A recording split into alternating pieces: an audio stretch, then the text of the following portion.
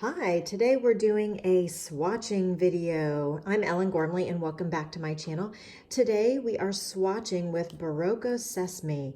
And Sesame from Berroco is one of their new yarns for fall of 2019. And this yarn, which I unboxed, so check out the unboxing video for all of the collection that Berroco has for fall. But look at this gorgeous yarn. Look at the different colors in this particular colorway. You can see how the color changes from blue to almost a maroon and a violet in between. And it's got this little sparkly strand that goes around the core of the yarn. So pretty. So I thought we would swatch it today. So I've actually been swatching for a few days ahead of time so that I could show you a bunch of techniques and how it looks in this gorgeous shimmery yarn. So the details are that it is Berroco Sesame. It's 230 yards, 210 meters, 3.5 ounces. It is made in Italy, 43% wool, acrylic, cotton, and nylon. So it's a mixture, which is a lot of the good stuff all put together in one. It's a size 4 medium. And the care instructions: place in a mesh garment bag, machine wash separately in cold water, and lay flat to dry. So it's a really nice yarn. It says it's a size 4. And so they recommend a 4.5 millimeter hook, but you know what? I don't think many people have a size 7 hook. And so I'm actually using a size I hook, which is, I think, a 5.5 millimeter hook. So because I love the size I hook. It's one of my favorites. Also, the bigger the hook that you use, the wider the gauge. This yarn is a size 4 yarn, but it feels a little bit on the smaller size for worsted. It feels a little bit thin from my experience in terms of a worsted weight. So it's maybe on the tinier end of the spectrum of worsted weight yarns. So it is a size 4, but take that for what it's worth and do your swatching. Yay! Okay, so let's look a little bit more about this. I have for you some swatches that I prepared ahead of time. Of course, I started actually with the plain single crochet because every swatch, I pretty much always start with single crochet to get the gauge, get a nice close up here. You can see the model, the color variations, very pretty in this single crochet swatch. Look at the lavender and the purple and the royal blue, and it's got a lovely sheen to it. So very pretty. The light is just beautiful in the room today, and it really is showing this yarn very well. So it is a very dark, this particular colorway is a dark colorway, but there's others. So go check out Berroco.com to see the other colors of Sesame. So here's the single crochet swatch, very pretty. I did not block it yet. It's got a great drape. It's very soft and flexible. I'm sure I used a size I hook on this swatch. So you could go down a hook size to make it denser to get the gauge that is specified on the yarn label. But really, every time you grab a hook and yarn for a pattern, you should follow the instructions for the pattern. So if this yarn is specified in the pattern, you should go with that and give it a try before you start switching it all up. Next, I like to do taller stitches when I swatch. So here are treble crochets in the Sesame. So a nice open, of course, it's got extreme drape with all this airiness and holiness to it. But look how beautiful these stitches look when they're all nice and tall. So here's some treble crochets. Here's the little feet of the stitch. You can see the little yarn overs, 1, 2. So these are treble crochets. Look at that. Just really a gorgeous night sky. Kind of reminds me of like a Van Gogh painting. Really beautiful. Okay, so excellent. So you can kind of get the feeling already that this would make an excellent shawl or something light and squishy that you could wear next to your neck. Very pretty. So then I also did a little motif in the round because you know I'm the motif queen and I love motifs. But look, the color starts to shift a little bit as we get deeper into the ball. This was probably the 3rd or 4th item that I made from the ball. So you can start to see that the color has started to change from dark to lighter, and look at these beautiful colors. Look how light the ball gets. So the variation within the ball is really gorgeous. So you can see there's more of a lavender tone in between the colors. Gorgeous, all one ball. So this is a great yarn for letting the yarn do the color work for you. Can you imagine this spread across a big shawl made out of these flowered hexagons? So, so nice. Okay, and of course, great drape because I use some tall stitches, and the yarn itself has just a really nice drape because it has nylon and acrylic in it. It's going to have really great drape, and because it has wool in it, it's going to be a little bit warm, and because it has cotton in it, it's going to be very easy to care for. So I think you're going to really like this yarn and the ability, the mixture of fibers that they put together for this piece. So the nylon is probably the sparkly, sort of subtly sheeny, sparkly strand that goes around the core fiber. And that subtle glimmer that we're seeing, I think, is the nylon part. Okay, so one more swatch and then we'll stitch together. So the stitching together we're going to do from my new book, One Skein Crochet. So hang in there just a moment and we're going to do a little bit of that. But I wanted to show you a Tunisian swatch. So let's see, which way is the right side up? This looks like, does this look like the right side up? That feels right. Okay, so this is a Tunisian swatch. I wanted to also give you a Tunisian swatch so you could see what the Sesame yarn from Berroco looks like. This is a sponsored post, so thank you so much, Berroco, for sponsoring this exercise and using the Berroco Sesame yarn.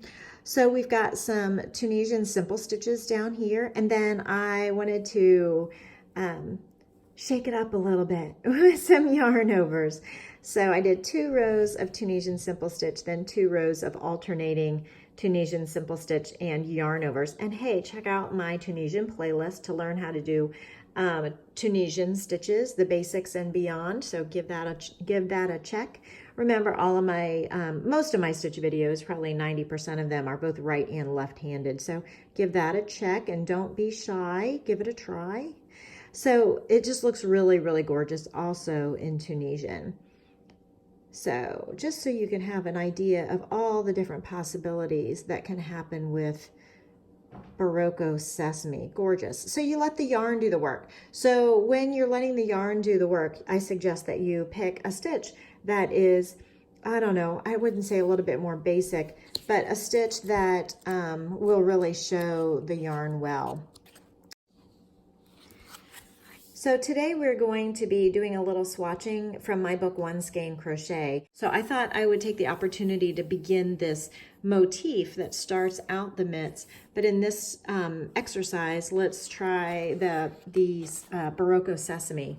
So I'm going to work from this motif here, and as you know, I've been trying to teach you for the last several months how to read symbol diagrams. So today we're looking at this diagram here.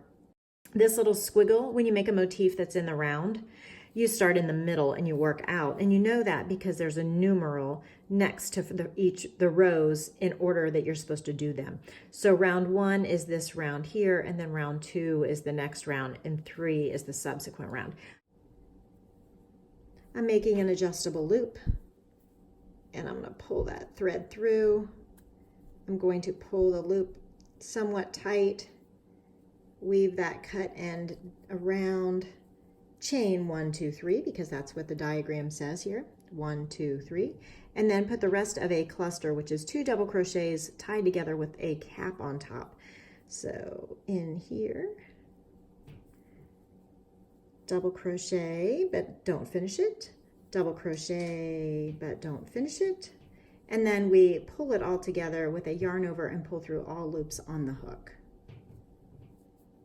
The next thing it says to do is to chain 3, 1, 2, 3 by 3 ovals. That's what we know, 1, 2, 3. Then it says to do cluster in the ring also. The little feet of the stitch are in that ring.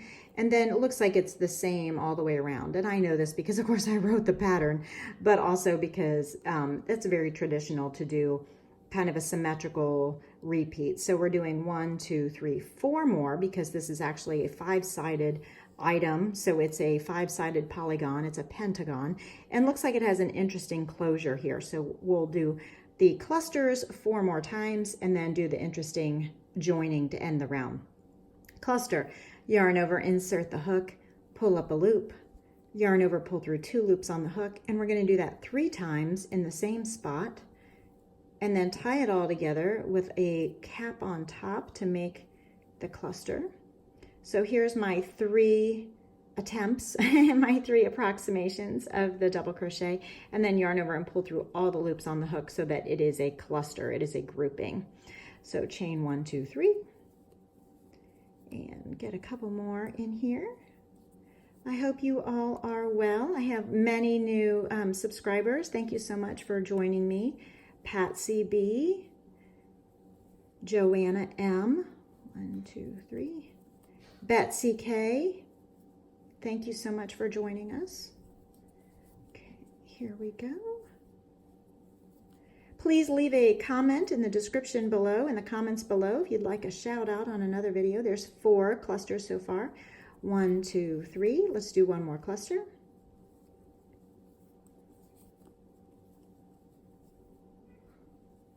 And 1 more double crochet, not a half double crochet, but a double crochet halfway made. Excuse me, so I can yarn over and pull through. Now this motif or this pattern has an interesting end of round. So normally I would, not normally, but one of the more common methods is to chain 3 and then slip stitch in the top of the first cluster to join the round. But this one is actually a oval, which means a chain, and a T that has no yarn over. So it is actually a half double crochet on this, the key. If you need to double check, what does that mean again? It's a half double crochet. So I'm going to chain 1 and then half double crochet in the top of the cluster to finish the round. And the reason that I used this particular joining method instead of the one I often do is because now like the working yarn is here in the middle of the space. So if I had chained 3 and then slip stitched over here, the yarn would be over here when I start working the next round. But I liked the yarn kind of in the middle of the space to begin the next round. And that's why I chose the chain 1 half double crochet to join.